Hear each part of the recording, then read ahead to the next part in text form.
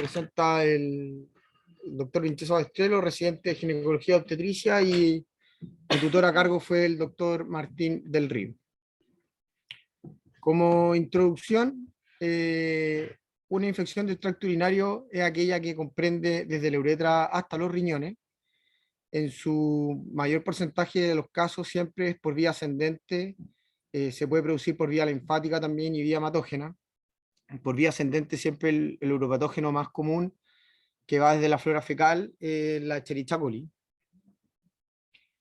Las clasificaciones de la infección urinaria: está la infección urinaria simple, también conocida como cistitis, que es aquella en que no hay sospecha de infección, en que la infección haya sobrepasado la vejiga y no tiene síntomas sistémicos. La complicada es cuando hay compromiso renal, y por lo general hay compromiso también del estado general, puede ir con fiebre, calofrío, dolor en flancos, puño percusión, positiva. También tenemos la bacteriuria asintomática, que es un hallazgo de infección con un urocultivo positivo pero sin síntomas. Y también está la infección del tracto urinario recurrente, que es cuando hay 3 o más episodios en un año o 2 o más en 6 meses. Como epidemiología, el 60% de las mujeres van a tener una ITU a lo largo de toda su vida, un tercio presentará un segundo episodio y un 20% terminará con una ITU recurrente.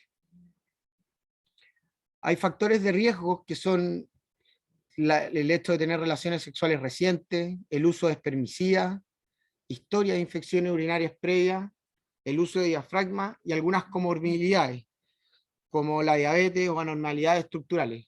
Ahora, como concepto nuevo también, antes se catalogaba de una infección urinaria complicada el hecho de tener alguna comorbilidad, actualmente no. Se deberían tratar igual.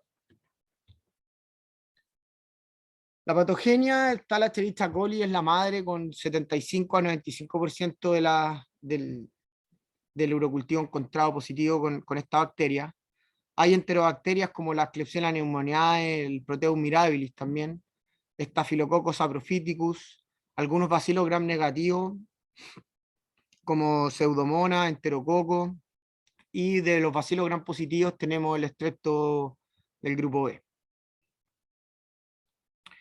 En relación a esto, siempre es importante tener un concepto sobre la resistencia antibiótica, que hay que sospecharla debido a que el uso indiscriminado de antibióticos y sin urocultivos positivos nos ha llevado a justamente tener una alta tasa de resistencia. Entonces, ¿cuándo deberíamos sospechar nosotros una resistencia antibiótica?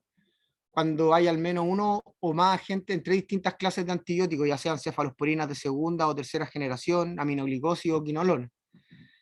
Pacientes pertenecientes a centros de salud, ya sean hospitales de día, casas de reposo, institucionalizados. Uso de quinolona o cefalosporina tercera generación en tratamientos anteriores o actuales. Y estar en países de alta resistencia antibiótica, como son Francia, hablan de México, India, Israel, y me imagino que Chile también, aunque no está escrito. Estas son las resistencias antibióticas que tenemos en el servicio hoy en día. Esto fue hecho en base a 267 casos con urocultivos positivos. Esto yo se lo pedí a la encargada del laboratorio, la señora Carolina Díaz Ponce, y ella me entregó los porcentajes de resistencia que tenemos ahí. Esto es solamente del servicio que pedimos nosotros, ya sea hospitalizado o en la urgencia. Y nos podemos dar cuenta que, claro, tenemos ciprofloxacino un 23%, cefadroxilo un 7,8%. La literatura habla de cuando ya tenemos sobre un 10%, uno ya no debería tratar empíricamente a los pacientes con ese antibiótico. Nitrofurantoína, que es otro medicamento que se entrega mucho, un 2,6%. Y la ceftriaxona un 4,4%. También tengo la resistencia de coli que tenemos en base a las personas que vienen desde el APS. Esto fue en base a 1097 casos, y aquí podemos ver que ya el cefadroxilo está casi bordeando el 10%, la ceftriaxona un 4,7% y la nitrofurantoína un 5,9%.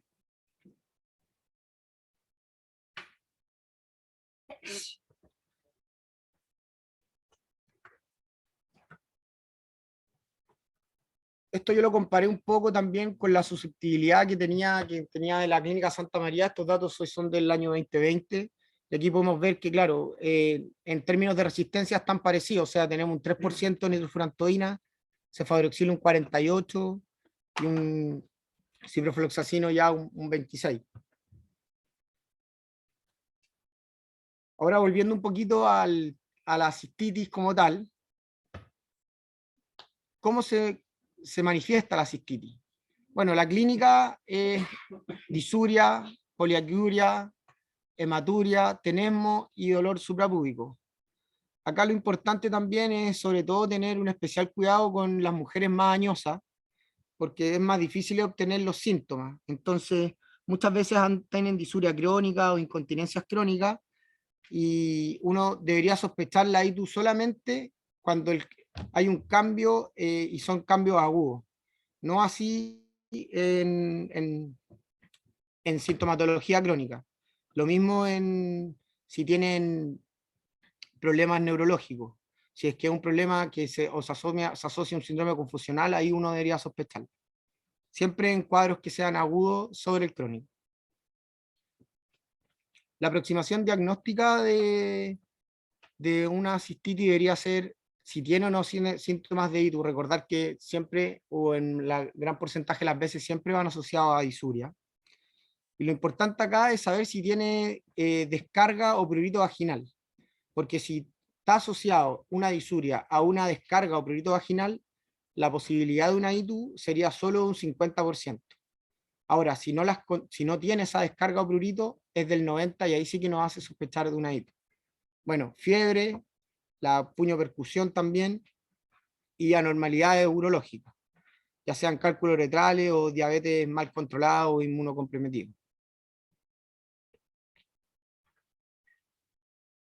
Siempre hay que tener claro también que puede haber contaminación perdón,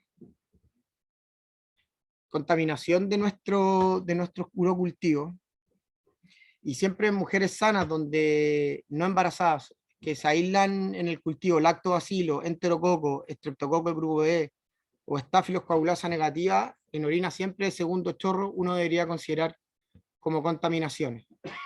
Recordar que el urocultivo positivo siempre es con más de 100.000 unidades formadoras de colonia, y siempre hay que tener claro este concepto de daño colateral de antibiótico, que es en base a usar el antibiótico el menor tiempo posible y ojalá el menos inocuo para la paciente.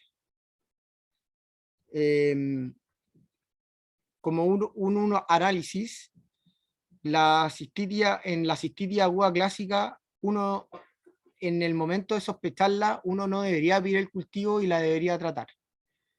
Eso es lo que dice más o menos la literatura. Ahora, siempre tiene que haber presencia de piuria. Recordemos que la presencia de piuria son más de 10 leucocitos por campo en el sedimento.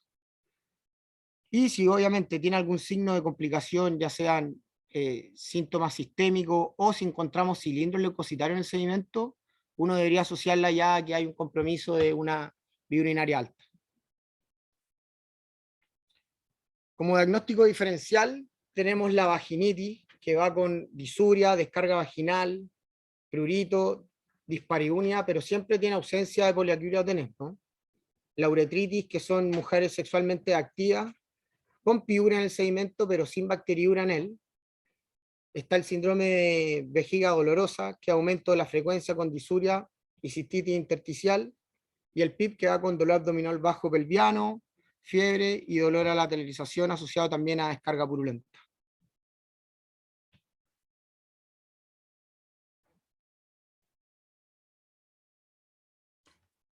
El manejo de la cistitis en nuestra primera línea debería ser en base a los niveles de resistencia que tenemos, debería ser fosfomicina 3 miligramos por una vez, y después como segunda opción uno debería usar nitrofurantoína 1 cada 12 horas de 5 a 7 días.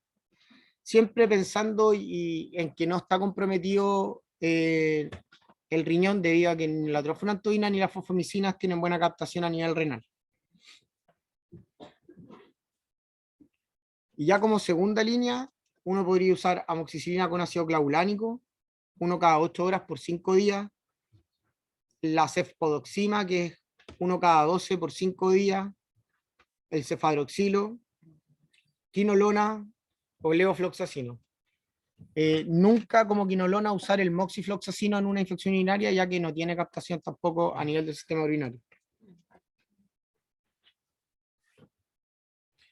Nuestro seguimiento, ¿cómo podríamos hacerlo? Siempre ver si es que hay recurrencia del tratamiento, recordar que la recurrencia eran 2 o más eventos en 6 meses o más de 3 en un año.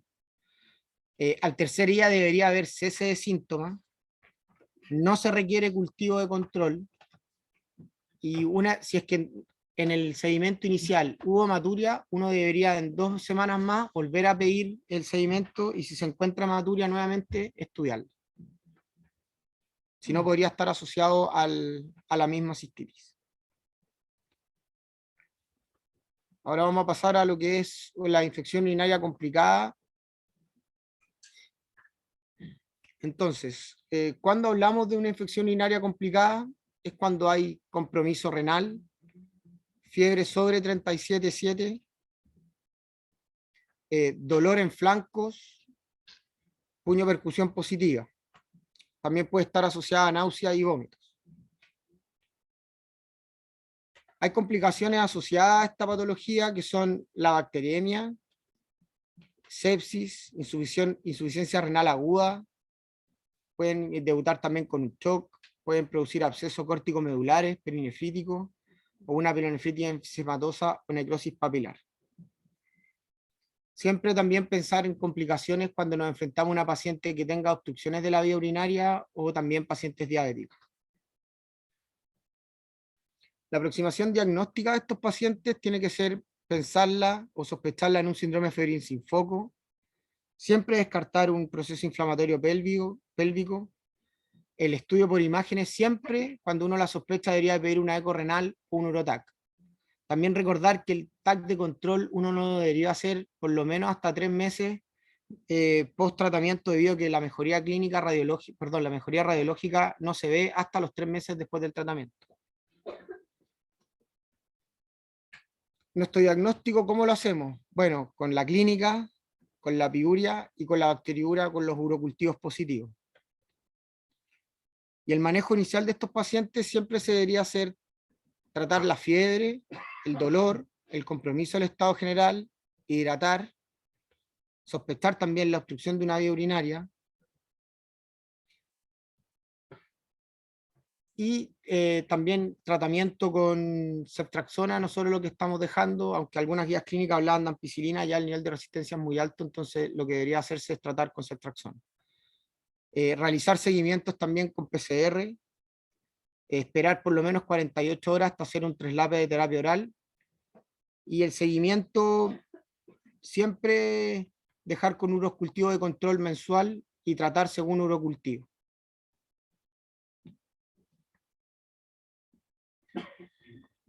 ¿Cómo podemos hacer profilaxis en la infección urinaria? Bueno, hay estudios que son controversiales, algunos los apoyan, otros no tanto, sobre los arándanos, que son más que cualquier arándano, son los cranberries rojos. Ahora, hay que tener ojo con esto porque hay muchas veces que se le indica cranberry rojo y la gente toma jugo de cranberry rojo, y las pacientes diabéticas sobre todo tienen problemas con eso porque tiene mucho azúcar el jugo. Entonces, ojalá, si es que lo van a indicar, que sean las cápsulas y de buena calidad, y por lo menos tienen que ser 2 veces al día. Lo que produce el cranberry rojo más que nada es disminuir la adherencia de la Escherichia coli en el epitelio de la vejiga. También hay que dejarle estrógenos tópicos, sobre todo en la perimenopausia o menopausia. Esto ayuda al trofismo vaginal y también influye en posibles ITU. Y el antibiótico como profilaxis se debería dejar más que nada buscando el evento. Ahí uno debería hacer una anamnesis un poquito más acotada, y muchas veces las pacientes tienen o pueden relatar el evento que les produce el cuadro de infección urinaria, ya sea el coito o piscina o algún otro evento. Entonces uno debería dejarlo ahí, el antiséptico o la nitrofurantoína post evento en el fondo. Como concepto va a tener presente la orina no es estéril. Hay una flora comensal del tracto urinario, eso se ha estado estudiando. Yo creo que de aquí unos años más, por lo menos en algunas presentaciones hablan de que ya vamos a tener especies de lactobacilos que nos ayudarían en fondo a manejar un poco más el tema de la orina. La ITU siempre va a ir con disuria y un urocultivo positivo. Y los fármacos siempre hay que tratar de usar el menos invasivo por el menor tiempo posible.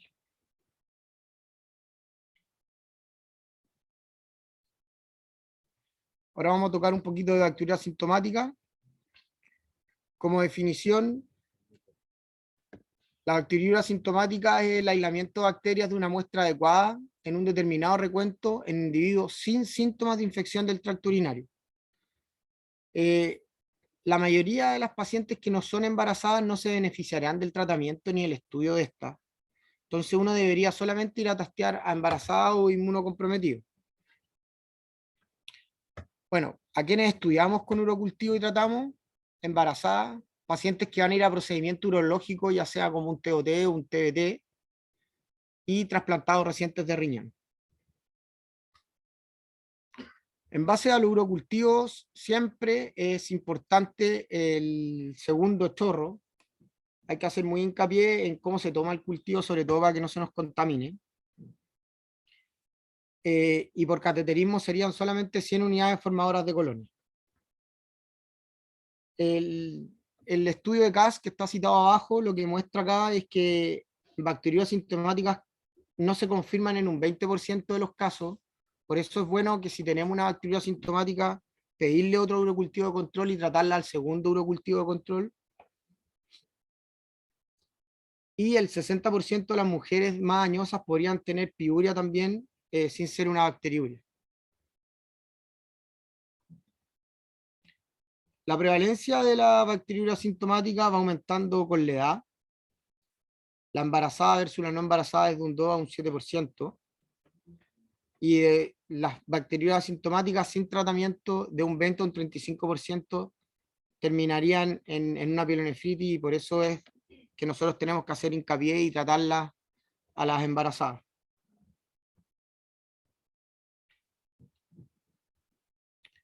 ¿Cómo sabemos el screening en la mujer embarazada?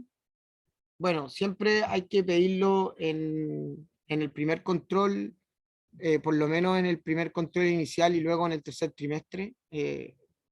También se puede pedir en todos los controles, tampoco sería tan ominoso hacerlo. Siempre hay que definir riesgo. Recordemos que hay las pacientes diabéticas con alteraciones anatómicas de la vía urinaria o historia previa de infección urinaria tienen más riesgo, y uno debería hacer un poquito más, hacer más hincapié en estudiarla. Y bueno, pedirlo en los controles del embarazo.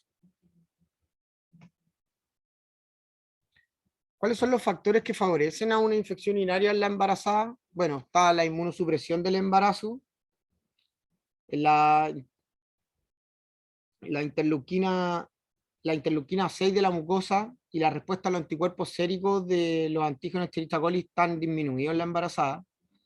Hay una éstasis urinaria por una obstrucción mecánica de los uréteres, sobre todo en el segundo y en el tercer trimestre por aumento del tamaño uterino. Hay una glucosuria por aumento de la filtración de la velocidad de filtración glomerular, que recordemos que aumenta del 30 al 50% en la mujer embarazada.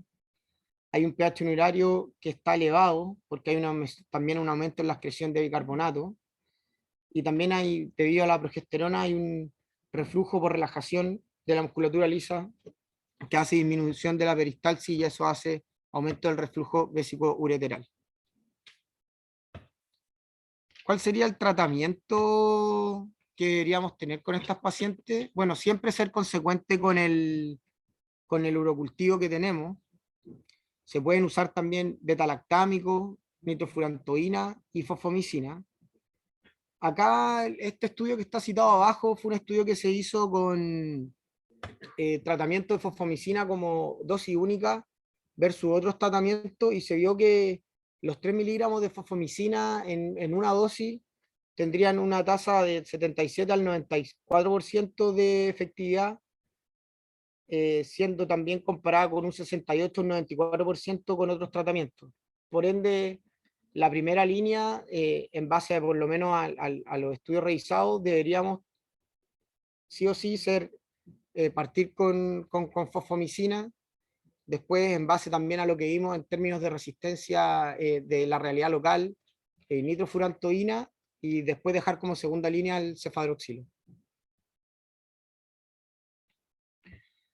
El seguimiento de estos pacientes, bueno, se recomienda hacer urocultivo de control post-tratamiento, y post-pielonefritis, según lo que está un poco descrito también en el tratamiento que hacer y el seguimiento de las mujeres embarazadas, la ECOG más que nada recomienda dejarle tratamiento profiláctico hasta el final del embarazo, pero en realidad no tiene una evidencia suficiente, sino que es más que nada un punto de recomendación.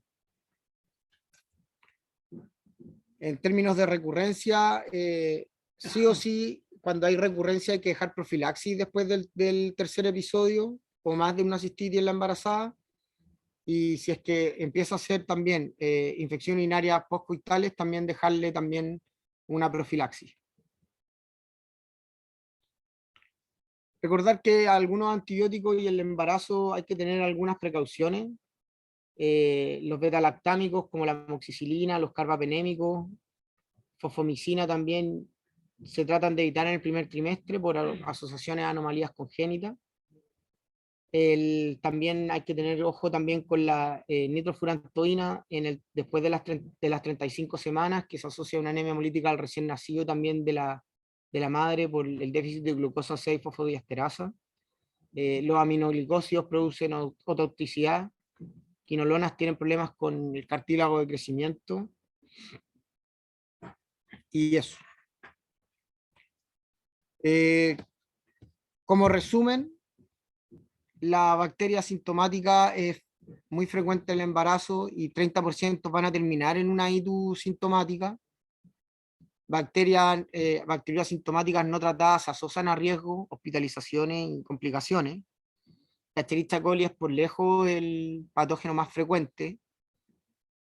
Como screening uno debería hacer a las 12 a las 16 semanas y siempre tomar la muestra en el segundo chorro. Hay que hacer hincapié en tomar una buena muestra. Tratar siempre también las bacteriuras en resultado de urocultivo y tratar de no tratarlas a ciegas. Recordar también que la disuria es el síntoma cardinal de nuestras infecciones urinarias, y las pielonefritis, ojalá hospitalizarlas siempre.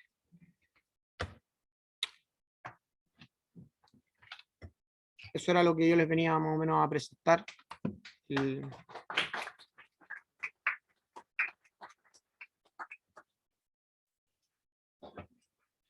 Muchas gracias.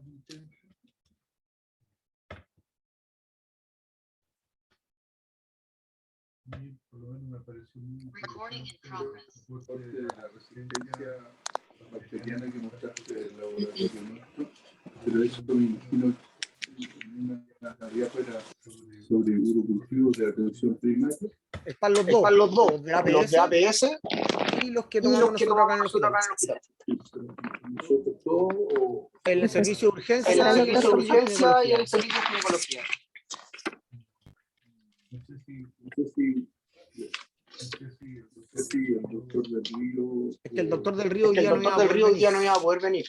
No sé si está conectado. Quitar el audio. Alguno de los colegas... ¿Cómo se apaga?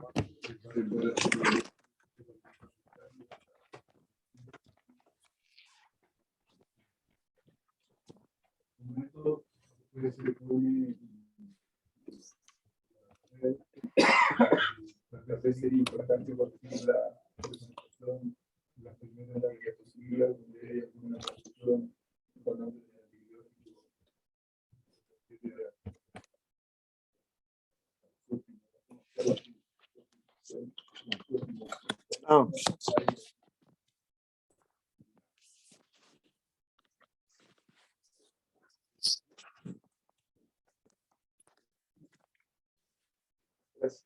Bueno, felicitar primero a Vincenzo por su presentación. Dos pequeñas correcciones solamente, son de forma, no se buscan Los homicidios eran 3 veranos, no 3 vividas.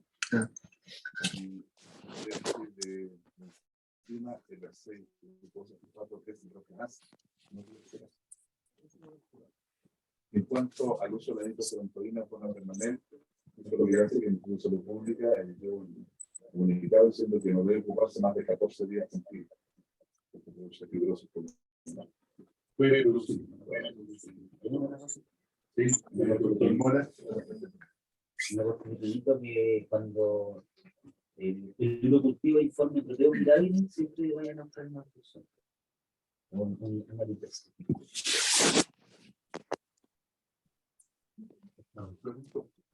Sí, yo creo que como revisión de las actualizaciones nos faltó un poquito.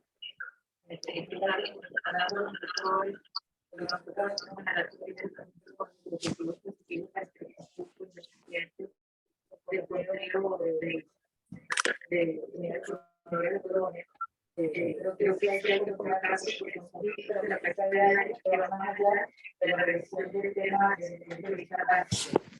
Yo te invito a que la revisión pueda hacer una revisión, sobre todo la revisión de la para los representantes de los ciudadanos, sobre todo cuando las referentes, comentar que varios revisiones estamos pensando en la es súper importante, pero como lo decía, una recomendación que sea un poquito más ordenado, de repente ir presentando por cada patología y al final hacer como un resumen, pero por orden. O sea, que la teoría sintomática, todo en el orden y quizás de lo más simple a lo más complejo, ¿no? Esa fue una observación de la ausente ecografía. Yo creo que hay algunas recomendaciones prácticas que podrían servir para los futuros médicos generalistas que están en el auditorio y que son nuestros internos. En general, la mayoría de los médicos creemos que es mejor tratar a la paciente con el resultado del urocultivo, identificando la bacteria y sabiendo sensibilidad y resistencia. Eso se enfrenta a dos situaciones complejas en la práctica. El primero, ¿qué hacemos con una paciente que nos llega el viernes? Y si no tenemos acceso al laboratorio pronto, que tiene un enfrentamiento. Y el segundo lo tuve hace pocas semanas, porque me encontré con un colega que fue interno nuestro, y habiendo con él presentado este tema en los pequeños grupos de estudio, le pregunté cómo lo estaban haciendo, si podía seguir las recomendaciones que le habíamos hecho, ¿no?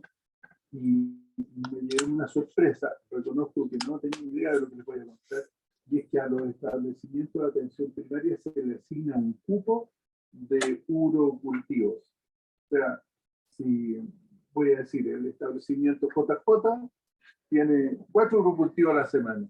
Y si manda la quinta paciente no tiene, entonces tiene que esperar la próxima semana, y si hay 6 pacientes la subsiguiente semana, y cómo va a dejar ese tiempo a la paciente sin tratamiento. Ese es un problema práctico que yo creo que más bien debiera resolverse aumentando la posibilidad del estudio en el lugar, que haciendo otras paramañas que hacemos actualmente. Por lo tanto, en términos generales, siempre pedir urocultivo. ¿Se puede empezar el tratamiento sin el resultado del urocultivo? No es algo malo. Pero ya está tomada la muestra. Usted empieza el tratamiento, ya está tomada la muestra y por lo tanto va a poder corregir su tratamiento si la sensibilidad antibiótica le muestra que es una decisión inadecuada. Pero tiene que decirle a su paciente que tiene que volver en 3 días para mostrarle el resultado del urocultivo y ver si el antibiótico que usted decidió darle, después de que se tomara el urocultivo, pero antes de tener el resultado, es adecuado o no. En las pacientes ginecológicas, en realidad existen esquemas un poco más liberales con varios de los antibióticos que nos mostró el doctor Michelson. Pero en las pacientes chicas, tenemos un paciente intrauterino donde le interesa no darle algunas cosas que puedan ser nefrotóxicas o que pueden generar algún defecto malformativo.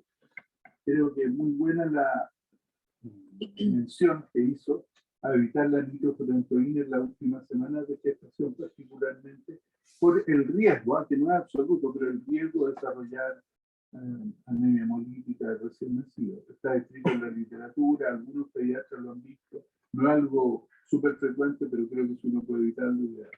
En general, y ahí me corregirán los colegas de embarazo patológico, la primera línea que usamos beta-lactámico y partimos con cefadroxilo en una primera infección. Hay papers suficientes que muestran que a lo mejor la dosis única de 3 gramos de fosfomicina puede ser adecuada, pero para algunas pacientes vírgenes de tratamiento que no han recibido antibióticos en una primera infección, no en una recurrencia. Una recurrencia, en general uno debe sospechar que hay resistencia a antibióticos o que hay otros factores concomitantes. Por lo tanto, creo que esos tips tienen que considerar. Con respecto a la duración del tratamiento, la evidencia ha ido mostrando que fuimos exagerados durante algún tiempo porque dábamos dosis plena por 10 días. Después se han acortado los tratamientos a 7 días, se avalan 5 días de tratamiento, pero yo creo que va a depender de caso a caso también si es una situación o es seguro. Muchas gracias. Igual. Yo voy a decir por lo menos es que cuando te sale un grupo B en un grupo cultivo, siempre tienes que considerar que esa paciente puede ser portadora en el parto y por lo tanto es un antecedente que tienes que considerar para fertilidad idealmente con penicilina en el trabajo de parto o en una ruptura prematura. No sé si algo más, algún otro colega. Sí.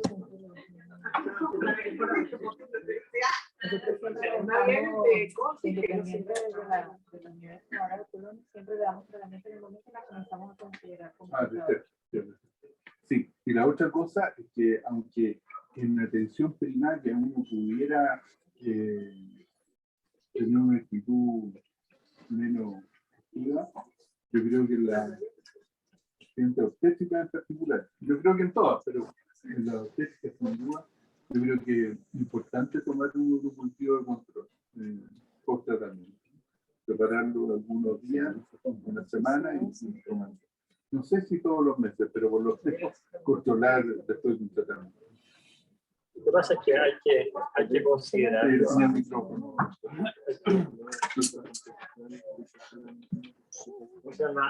Hola, buenas. Sí. Hay que considerar los cambios fisiológicos del embarazo que facilitan ese punto crítico, tanto para el tratamiento que es más prolongado como para el cultivo de control. O sea, uno tiene que pensar que el embarazo per se es un factor de riesgo. Entonces, uno tiene que ser bien cuidadoso. Sí. Y lo del estrepto es bien taxativo, no es que puede ser, es portadora. Así de simple. Y tu positiva a estrepto es portadora, tiene que ser considerada como tal. No es que a lo mejor podría ser, tiene que ser así, tiene que quedar anotado, igual que cuando uno le pone cultivo positivo a estrepto, tú y tú de estrepto. Hay otra cosa que tampoco, o sea, El micrófono, espérate. En relación al embarazo, porque tiene características absolutamente diferentes y principalmente las complicaciones. En el embarazo encontramos, por ejemplo, edema agudo pulmonar secundario a una pielonefritis, que no es cardiogénico, sino de origen inflamatorio, y que es absolutamente impredecible en qué paciente va a ocurrir. Por lo tanto, nos da otra cosa que aquí no se menciona.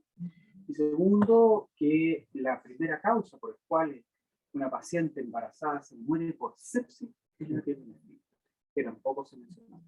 Por lo tanto, tiene un carácter y un manejo absolutamente diferente. Por eso se hospitalizan siempre las pielonefritis. Eso ojalá lo digamos en el micrófono. Sí. Sí, en realidad, pues lo comentaba anteriormente, siempre tiene indicación de hospitalización la pielonefritis para su primer enfrentamiento, ¿no?